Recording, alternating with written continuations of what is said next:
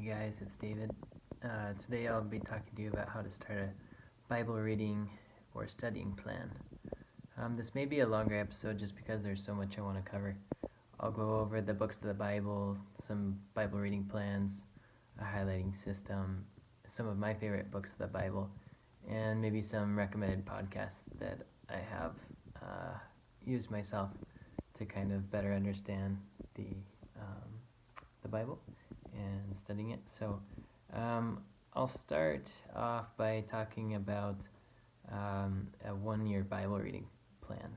So there's actually a Bible called a one-year Bible, and it kind of spells out exactly kind of each day it'll give you a chunk of scripture to read.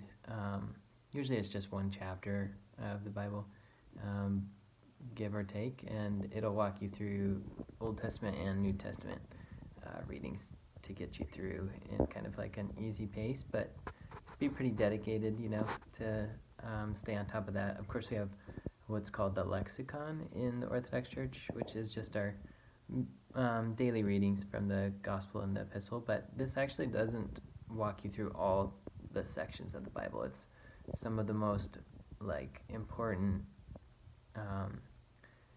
scriptures that we have, but to get a whole kind of overview of the Bible, a one-year Bible is really nice to use. Also, there's the Orthodox Study Bible, which maybe some of you guys have. In the Orthodox Study Bible, there are notes at the bottom of the readings. They usually have kind of a number next to a verse. You look below, and it'll give kind of some commentary on what you're reading. So sometimes there's some kind of obscure verses where you're reading and you're like, wow, what the heck does that mean?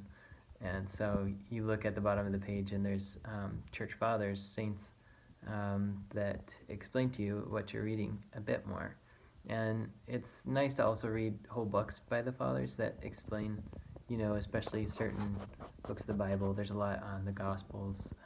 John Chrysostom is a big one, and there's a lot of the saints that have written, obviously, about the Gospels because they gave their whole life to that. So, so the one-year Bible is a good one. The Orthodox Study Bible, if you're kind of looking to go more in depth, like verse by verse, that's really helpful. Another thing you can do is just, read, if you're reading a whole chapter a day, that's great for getting kind of a wide understanding, but to go really deep is sometimes even more important, to kind of get it in your heart and think about it. So you can just take one verse a day, especially from the Gospels, and think about what it means, read the commentary on it, pray about it, kind of ask God what He wants to show you about it, kind of talk to God about what you're reading, and sometimes He'll really give you understanding kind of through the still small voice of kind of what you're reading, and you always kind of double check that with your church fathers and things like that, but meditating on scriptures is a really good thing to do. I especially like the Psalms. That's a really good place to start, and also the fathers talk about the Gospels, the life of Christ, is how we interpret all of Scripture. So a good place to start in the Bible is obviously the life of Christ and understanding who He is, what He's done for us. We hear it all the time in church, but it's good to read for yourself and let it kind of soak in. So the fathers recommend starting with the Gospel of Matthew and reading straight through the New Testament. Maybe you don't know what the word gospel or epistle means, so the Gospels are Matthew, Mark, Luke, and John. It's the beginning of the New Testament, and then the epistles are letters written by the apostles, especially, that lived at the time of Jesus, the 12 apostles and Apostle Paul, explaining the life of Christ, or encouraging the churches in the early church, and if you already knew that. But anyway, it's helpful to know. One kind of quirky thing I might recommend is learning the books of the Bible song. There's a bunch of different versions on YouTube. I'll put a link in the description about one that's a little less corny than the others, but it's good to memorize the books of the Bible so you kind of know where you're going in as you flip through the scriptures, so you're not totally lost. Of course, you can always check the beginning of the Bible and kind of see where the books are and everything, and just follow the page number. But it's faster and nice to know your way around. So there's songs for the New Testament especially, and Old Testament is a little bigger to chew. But as far as reading the Old Testament, just start from the beginning in Genesis, and some other books of the Old Testament that I like once you get there are, there's different categories for the books of the Bible. And so there's the poetry books, which are the Psalms, the Song of Solomon, Proverbs, Wisdom of Solomon in the Orthodox canon of Scripture, Ecclesiastes, and so that's the poetic books. Those are really, really nice to read all the way through. And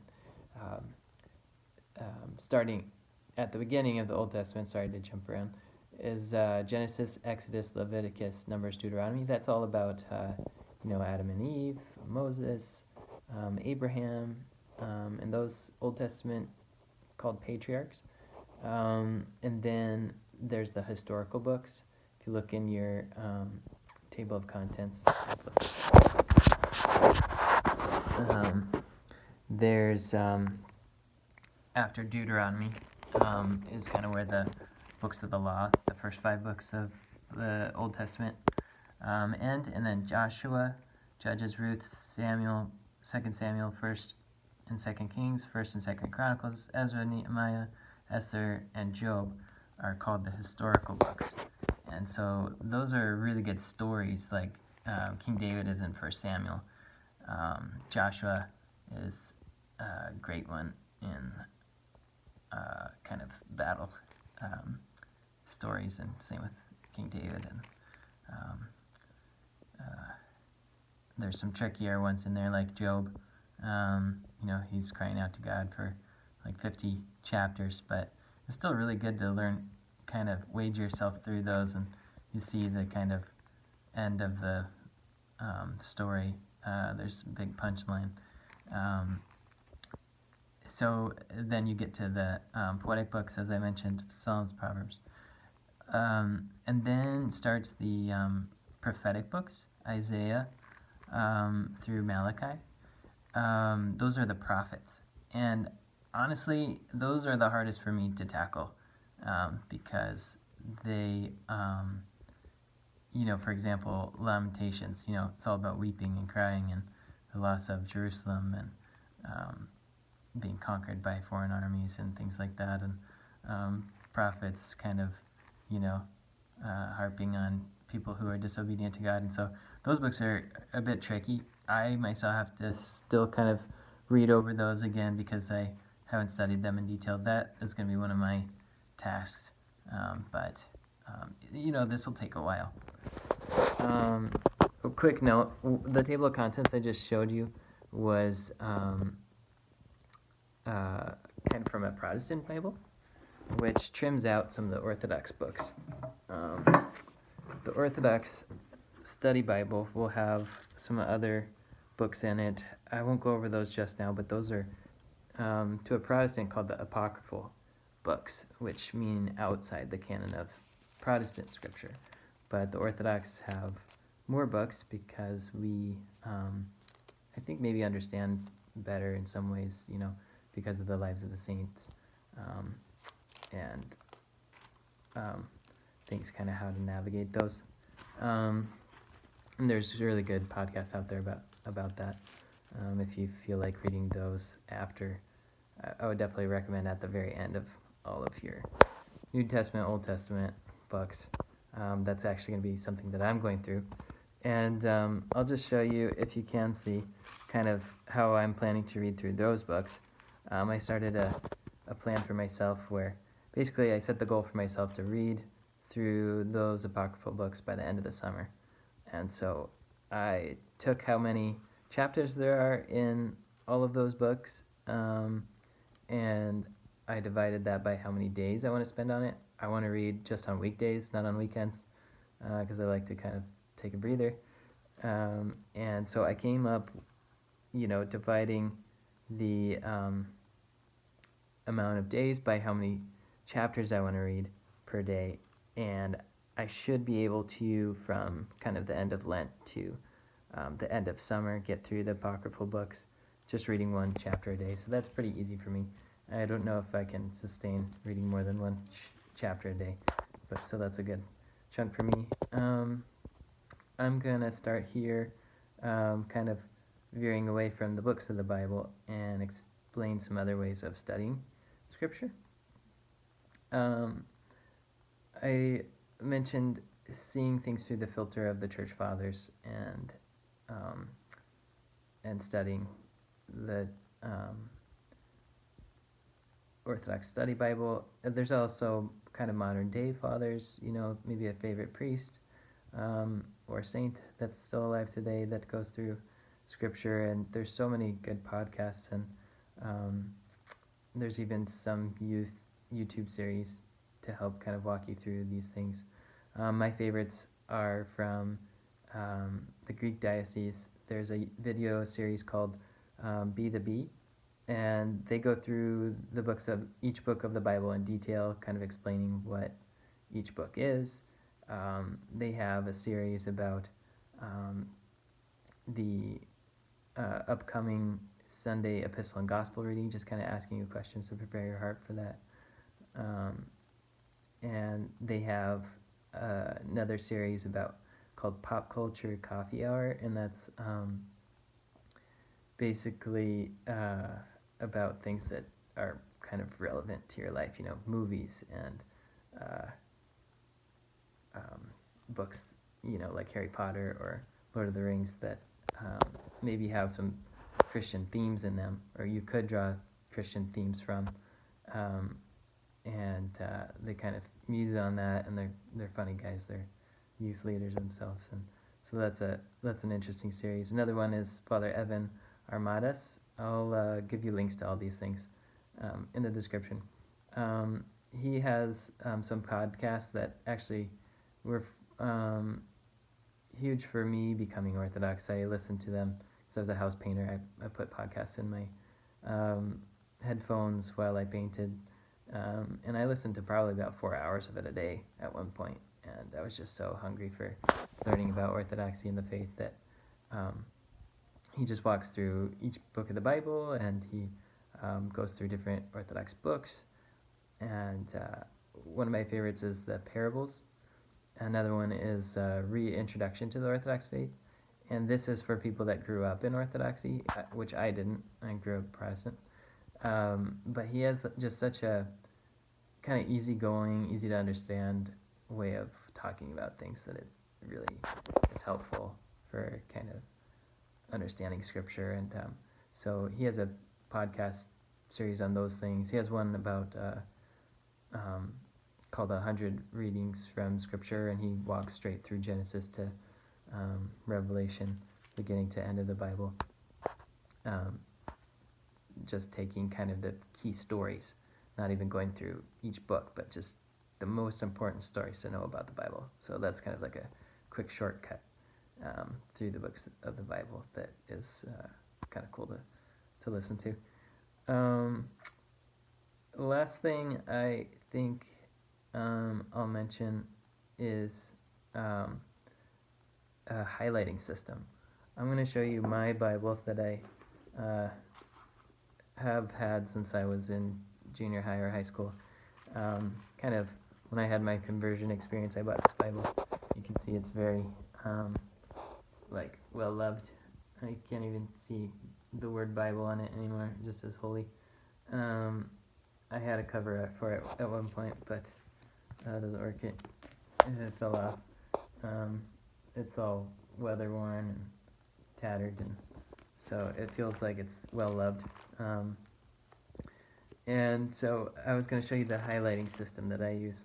At first you might underline things that stick out to you as you're reading through the Bible. Another thing you can do is use different colors of highlighter. You might use crayon or a colored pencil or a highlighter to get as many colors as possible. My brother has such a multicolored Bible. It's so funny how many things he's marked up. And so here's my kind of answer key of my colors. So yellow is praises for God. Orange is kind of the emotions of God. It's kind of talking about about His love for us, and kind of some of the gushier things that stick out to you. Green is words of comfort, direction, and trust, and there's a bunch of those in the Psalms. And then down here I've got numbers that kind of go with themes, because I ran out of colors, and also there's just so many themes that you could draw out. So there's one called Exclusive Claims of Christ, so that's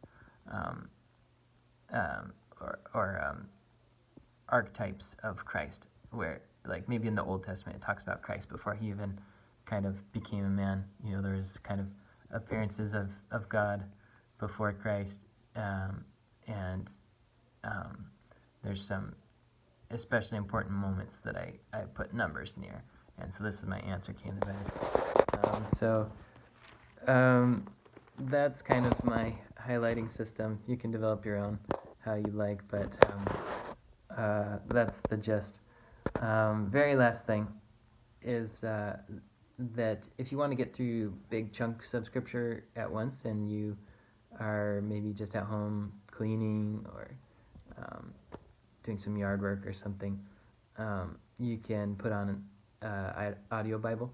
I don't know if your parents have kind of a Bible app. A lot of times those have recordings of the Bible on them, and you can just put on earphones and just walk around and listen to scripture. And it's less ideal because it's easier to kind of zone out.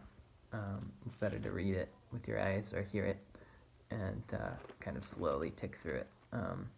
I think I've only gotten through the Bible once or twice or three times maybe in my life, and it took me so long just because I'm such a slow reader, but maybe you'll be a little better. And like I said, there's no hurt in that either. Just meditating on scripture one verse at a time is in some ways more beneficial than having the breadth of knowledge, having a depth of knowing God, by Him talking to you through scripture is the best way to go, I think. And the fathers would definitely back me up on that, I think. So anyway, that's how I might recommend starting to read the Bible and studying it. If you have any other questions or things that you do to read the Bible, maybe you can leave a comment in the description and let me know you're going through these things. There's big grand prizes like I like to give for readings, starting Bible reading plans. So if you're interested, let me know, and I've got a huge prize that I can give to you. If your parents will let you, I have an iPad that I could give away if you can get through the reading through the Bible in a year maybe. So hit me up and we'll talk. Thanks so much for watching, guys. Bye.